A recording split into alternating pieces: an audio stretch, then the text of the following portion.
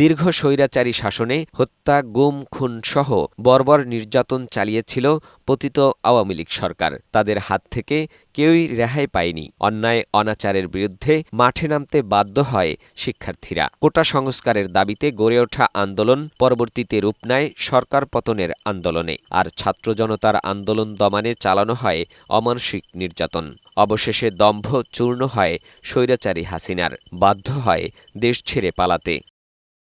আর ৩৬ জুলাই আন্দোলনে শহীদ, আহত ও যোদ্ধাদের ফসল হিসাবে অনুষ্ঠিত হল মধ্যবর্তী নির্বাচন। এই নির্বাচনে অংশ নেয় জুলাই যোদ্ধাদের নেতৃত্বে নতুন দল জাতীয় নাগরিক পার্টি। লক্ষ্য, জুলাই শহীদ, আহত ও যোদ্ধাদের কথা জাতীয় সংসদে তুলে ধরা।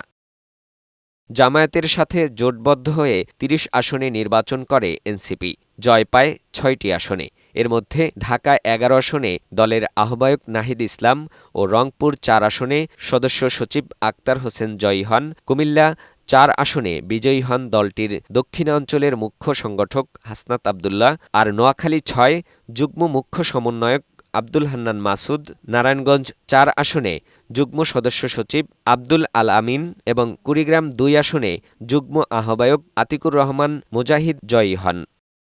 আর যারা পরাজিত হয়েছেন তারাও তুমুল প্রতিদ্বন্দ্বিতা করেছেন। ফাহিম মুনাইম, বৈশাখী সংবাদ, ঢাকা।